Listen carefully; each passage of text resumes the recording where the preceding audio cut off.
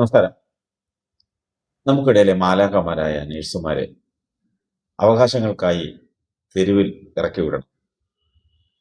അവർ ചെയ്യുന്ന സേവനത്തെ കണ്ടില്ലെന്ന് നടിക്കുവാൻ നമ്മുടെ കണ്ണുകൾക്കാകുമോ? ഭൂമിയിലെ മാലാഖമാരെന്ന് നമ്മൾ വിശേഷിപ്പിക്കുന്ന നഴ്സുമാർ നമ്മുടെ ജനനം മുതൽ മരണം വരെ താങ്ങും തണലും സാന്ത്വനമേകുന്നവരാണ്. നഴ്സുമാരുടെ ജോലി നമ്മൾ നിസ്സാരമായി കാണരുത്. അവരുടെ ജീവിതത്തിലെ വെല്ലുവിളികൾ നമ്മൾ അറിയുന്നില്ല. ഇന്ന് രാവിലെ ഫേസ്ബുക്കിൽ ആരോ ഒരു കുറിപ്പ് പങ്കുവച്ചിരിക്കുന്നത് കണ്ടു. ആ കുറിപ്പിൽ ഒരു നഴ്സ് ജോലിയിൽ അഭിമുഖീകരിക്കുന്ന പ്രശ്നങ്ങൾ ചൂണ്ടിക്കാണിക്കുന്നുണ്ട്. ആദ്യം ആ കുറിപ്പൊന്ന് കേൾക്കാം.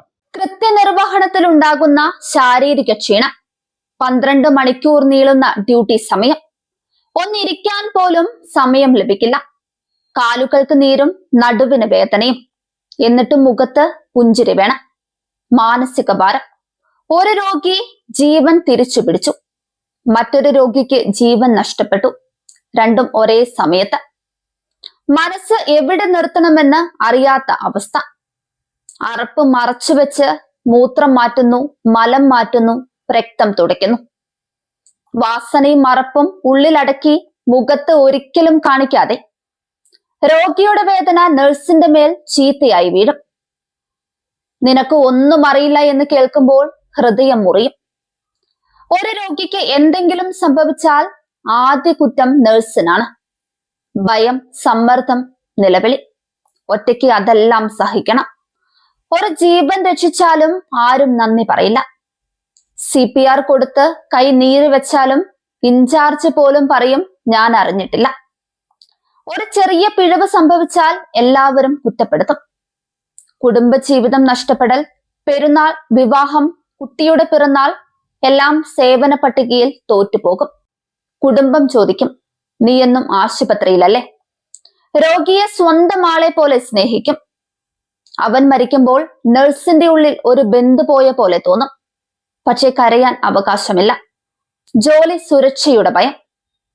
സ്വകാര്യ മേഖലയാണെങ്കിൽ ഒരു പരാതിയെ മതിയാകും, ജോലി തന്നെ നഷ്ടമാകും. നാളെ എന്താകും എന്ന പേടി ഉറക്കം പോലും കെടുത്തും. ഞാൻ ആരാണ് എന്ന ചോദ്യം.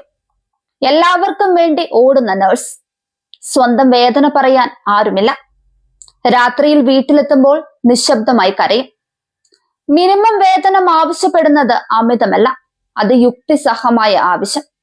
ശമ്പളം മാത്രമല്ല, മാന്യതയും ബഹുമാനവും സാമൂഹ്യ നീതിയും ആവശ്യമാണ്. സാമ്പത്തിക സുരക്ഷ ലഭിച്ചാൽ സേവനത്തിന്റെ നിലവാരം കൂടുതൽ ഉയരും. നഴ്സുമാരെ വിലമതിക്കുന്നത് ആരോഗ്യരംഗത്തെ ശക്തിപ്പെടുത്തുന്നതാണ്. പണിമുടക്ക് ഒരു പ്രതിഷേധം മാത്രമല്ല, അത് അവകാശത്തിനായുള്ള നിലപാടാണ്. നഴ്സുമാരോടൊപ്പമുള്ള ഐക്യദാർഢ്യം പ്രകടിപ്പിക്കുക എന്നത് നമുക്കെല്ലാവർക്കും നല്ലൊരു ആരോഗ്യഭാവി ഉറപ്പാക്കുന്നതാണ്. സ്വകാര്യ ആശുപത്രികളിലെ നഴ്സുമാർക്ക് കുറഞ്ഞത് മിനിമം വേതനമായി അവർ ചോദിക്കുന്നത് അവഗണിച്ചു കളയുന്നത് ശരിയാണ്. കേരളത്തിലെ ആരോഗ്യ മേഖല എന്ന് പറയുമ്പോൾ ബുർജ് ഖലീഫയുടെ ഉയരം. അഹോരാത്രം ജോലി ചെയ്യുന്ന നഴ്സുമാർ അതിജീവനത്തിനായി തെരുവിലിറങ്ങിയാലേ കനിയൂ എന്ന സ്ഥിതി മാറണം. കൊടും ക്രിമിനലുകൾക്ക് 620 രൂപ ദിവസവേതനമാക്കിയ ഈ നല്ല കാലഘട്ടത്തിൽ നഴ്സുമാർക്ക് 40,000 രൂപ വെറും തുച്ഛമായ ഒരു ശമ്പളമാണ്. വെനിസ്വേല പ്രസിഡന്റിനെ അമേരിക്കൻ സൈന്യം തട്ടിക്കൊണ്ടുപോയപ്പോൾ വഴക്കുളത്തിരുന്ന് ചൂട്ട് കത്തിച്ച് പ്രതിഷേധിച്ച കാര്യം പോലും മുഖ്യധാരാ മാധ്യമങ്ങൾ വലിയ തലക്കെട്ടോടെ കൊടുത്തെങ്കിൽ നഴ്സിംഗ് സമൂഹം ഒന്നായി ഇറങ്ങി നടത്തുന്ന ഈ അതിജീവനത്തിനായുള്ള സമരം മുഖ്യധാരാ മാധ്യമങ്ങൾ തിരസ്കരിച്ചത് കാണാതെ പോകരുത്. കേട്ടല്ലോ, ഇതാണ് ഒരു നേഴ്സ്. ആശുപത്രികളിൽ ചെല്ലുമ്പോൾ നമ്മുടെ കാര്യങ്ങൾ നമ്മൾ വിചാരിക്കുന്നത് പോലെ നടന്നില്ലെങ്കിൽ നമ്മൾ അവരെ പലപ്പോഴും കാണുന്നത് ശത്രുതാ മനോഭാവത്തോടെയാണ്. ഒരു ശത്രുവിനെ എങ്ങനെ കാണുന്നു അതുപോലെയാണ്. നമ്മുടെ മനോഭാവം മാറണം. സർക്കാർ അവരെ പരിഗണിക്കണം. മുൻപ് ആ കുറിപ്പിൽ പറഞ്ഞിരിക്കുന്നത് പോലെ തടവ് പുള്ളികൾക്ക് ജയിലിൽ കൈനിറയെ കാശ് കിട്ടും. ഒരു മാസം ജയിലിൽ കിടന്നാൽ 17,000 രൂപയാണ് ശമ്പളമായി കിട്ടുന്നത്. ആ പരിഗണനയെങ്കിലും നഴ്സുമാർക്ക് കൊടുത്താൽ മതിയായി.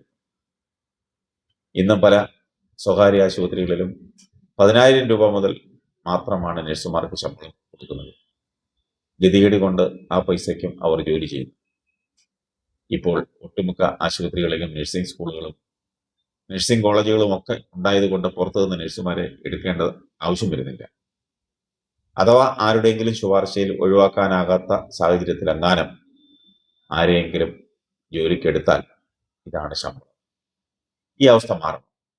മാന്യമായ ശമ്പളവും അലവൻസും കൊടുക്കണം.